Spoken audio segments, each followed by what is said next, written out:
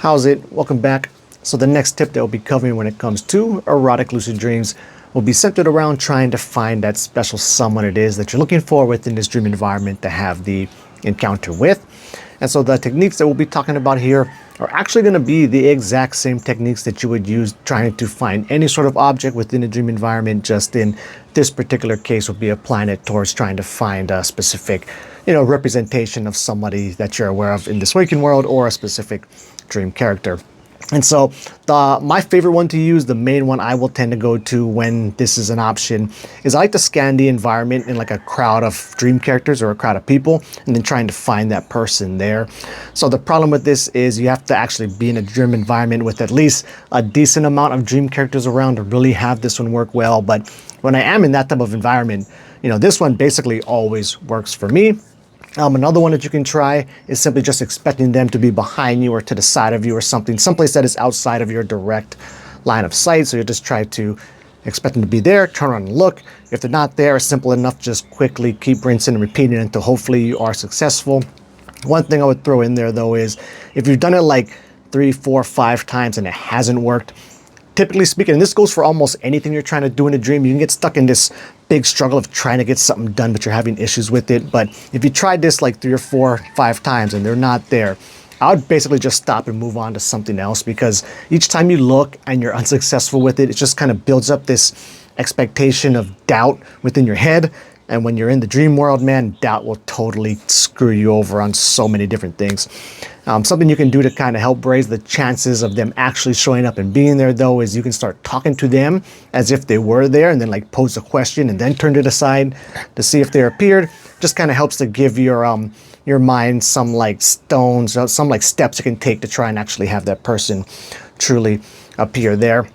Another little trick you can do, just kind of working with object finding in general within dreams. This is like a little just general exercise you can do in a lot of your dreams. Just kind of helps you to rep these things out. Is you find something that's in your line of sight, say like this tape dispenser thing, right? Then you look at it, you break your line of sight to it by simply covering it with your hands or maybe even looking away. And then you look back and see if it's still there. Should it still be there, you make note of how that feels, and that certainty that it will still be there. Then you start applying that towards trying to find any sort of object or, a specific dream character. Another way to introduce some levels of control here is, when you cover it and you look back at it, you can play with the size of it, make it bigger, make it smaller, change the color of it.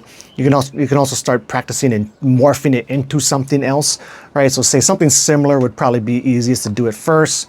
So instead of looking at this, I'm gonna try and change it into my glasses holder here, right? You cover it, you remove it, trying to expect the glasses to be there instead. Hopefully that works for you. And then you can get, more exotic with the changes, from that point onwards. Another one kind of along those same lines is if you can't find, the specific dream character it is that you're looking for, you can try find a dream character that typically it'd be best if they look kind of similar to the target person you're trying to find, but any dream character this can work on. And then you can try change that dream character into another looking dream character. Same thing goes here though. You kind of would like to break your line of sight to it somehow.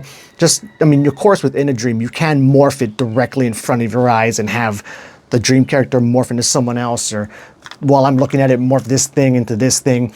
But it's a bit harder for your mind to kind of pull that off. So it makes it easier if you break your line of sight to them. So if you are trying to change a specific dream character, start talking to them, do that whole pose a question to them as if there's someone else, maybe look away, look back, that can kind of help. Or you can kind of just look at a specific part of them, like, I don't know, maybe their shirt, and then look up at their face afterwards, and then maybe that could help morph or change them in that sense. So just a few things you can try there. What else? I know there was something else I was going to say. Yeah, I'm blanking. So we'll leave it there for now. If I remember, I'll come back around and add something to the end of this video. But with that said, that wraps it up. Until the next video, keep your lucid dreaming practice legit.